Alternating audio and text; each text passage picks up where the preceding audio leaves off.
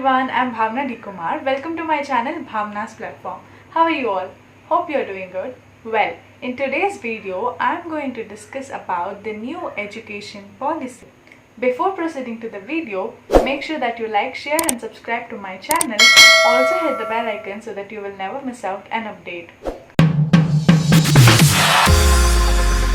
The new education policy has divided school education into 4 stages.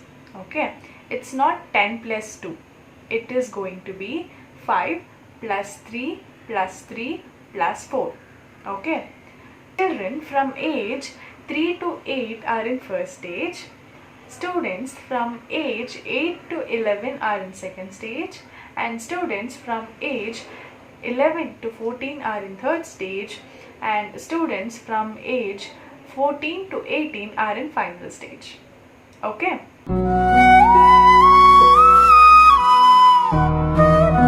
In the first stage, children will be taught basic literacy and numeracy. Okay, they will learn it easily and joyfully.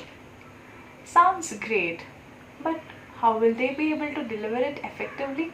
Yes, NCERT will develop National Curricular and Pedagogical Framework for Early Childhood Care and Education. Teachers and Anganwadi workers will be trained in ECCE, Pedagogy and Curriculum.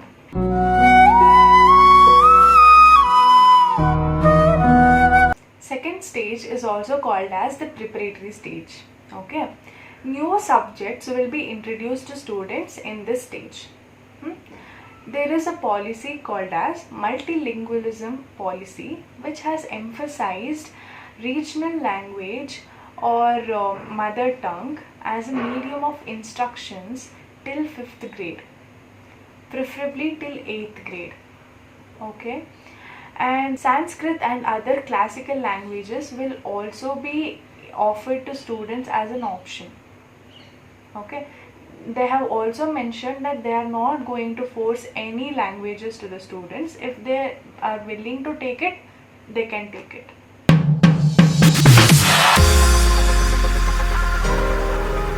Also, Indian Sign Language will be standardized to help students with hearing impairment.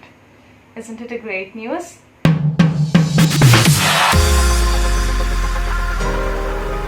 Children with disabilities are to participate in regular schooling. Yes, you heard me right. They can manage everything on their own with the help of trainers, appropriate devices and resources.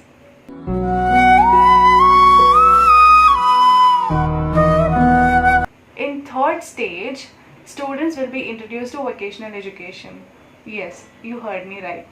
The main aim of this stage is to empower students with 21st century key skills like artificial intelligence, app development, etc. Coding is mandatory from 6th grade.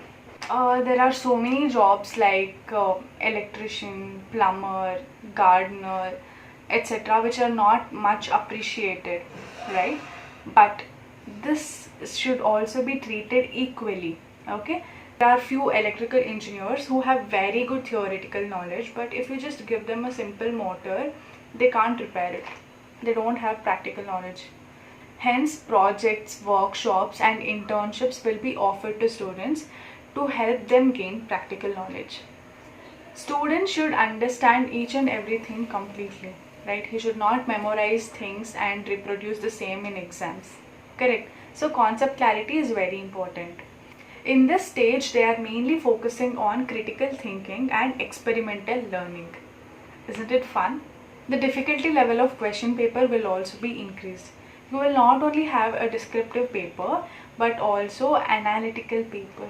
Tests will be conducted to check higher order skills, concept clarity and critical thinking. Okay. Does it pressurize students? No, because they have reduced the syllabus as well. Now, let's talk about marks card. Your teacher will give you some marks based on your academic performance, behavior, character and attitude. Okay, you should also do self-analysis. Okay, you should also give you some marks based on your character, behavior, and performance. Also, your classmates will award marks to you. Isn't it great? This will help you improve your personality as well, because we live in a society, right? We have to live in collaboration. For grades 3rd, 5th, and 8th, exams will be conducted by an appropriate authority, and for grades 10th and 12th, board exams will continue, but you will not have only one exam. Okay, you will have semester exams. Okay, so in 10th standard, basically in semester you will have 2 exams. You have to do good in both of your exams, as they will take the average of those 2. Yes, so you cannot memorize everything and then reproduce at once. No, you have to learn everything completely and systematically.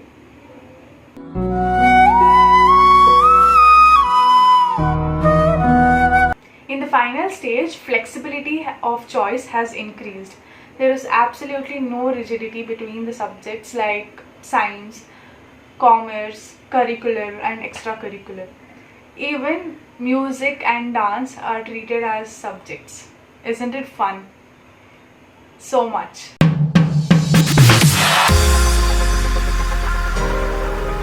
Imagine if you are a science student, alright? You like physics, chemistry, but you don't like biology. But you like economics, so you can take economics there. Or if you like music, you can also take music. So it's like that. There will be common entrance exam for all the colleges. Imagine you have scored less marks in 12th. You didn't get admission in good college. Don't worry. You can write common aptitude test. Okay, and this test score will be added to your 12th score, and then you can get an entry to any of the colleges you want. Isn't it great?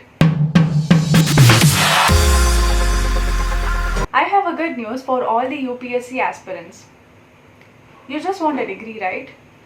Why work hard for 4 years when you get a degree for 3 years? Yes, you heard me right. If you just want a degree, then 3 years is enough. Multiple entry and exit is allowed. What does that mean? Imagine you went to college for 1 year.